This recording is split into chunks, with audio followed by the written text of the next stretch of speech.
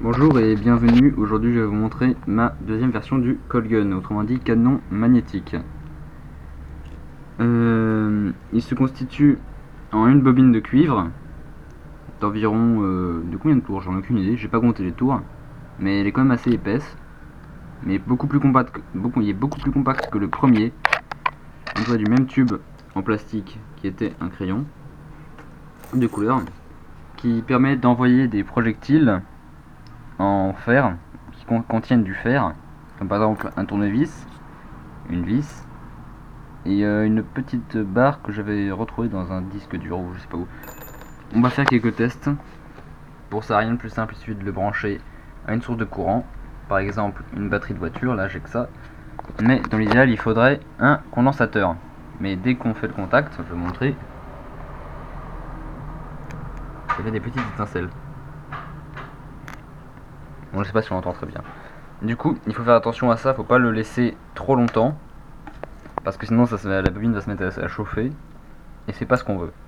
Je vais commencer par le premier projectile, le plus petit, une vis. Je la mets à l'entrée du canon, comme cela. Je prends le fil et je vais faire le contact.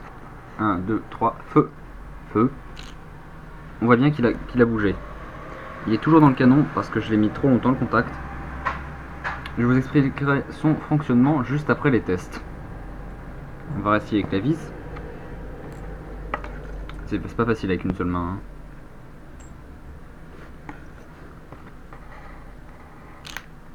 Il a bougé. Mais la vis n'est pas le projectile idéal. Parce que premièrement, il est un peu trop petit. Et plus il y a de métal à l'intérieur, plus le projectile ira loin. Enfin théoriquement. Ça et la puissance d'alimentation. Maintenant je vais essayer avec la petite barre. Je la mets à l'entrée du canon. Et je vais faire le contact. 1, 2, 3, feu, feu, feu. Il s'est déplacé quelque peu. Ce qui est difficile, c'est que là, il bouge parce qu'il n'est pas scotché par terre. Ah mince, raté. Parce que c'est un coup de main à prendre, il faut bien le mettre à l'entrée du canon, mais bon, pour ça, il n'y a que les tests qui font ça.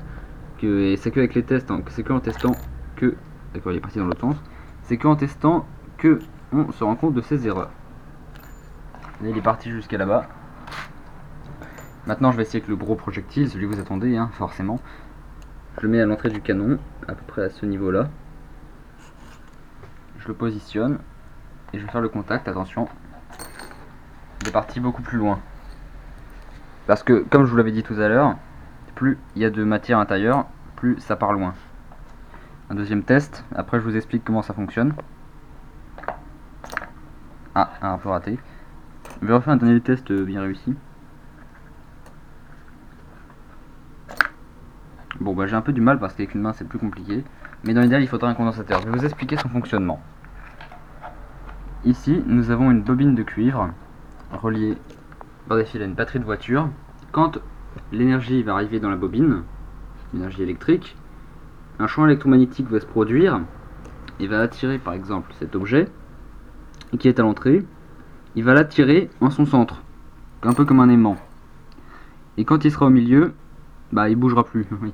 Mais si on active le courant pendant qu'il avance et qu'on relâche le courant avant qu'il arrive au milieu, avec l'inertie il continuera à avancer. Et c'est comme ça que ça fonctionne le canon. C'est pour ça que dans l'idéal il faudrait un condensateur ou quelque chose qui puisse envoyer du courant pendant une fraction de seconde à un voltage très élevé. Voilà, c'était mon explication sur le Colgun 2.0. Si j'en refais une évolution, je referai une vidéo. Au revoir.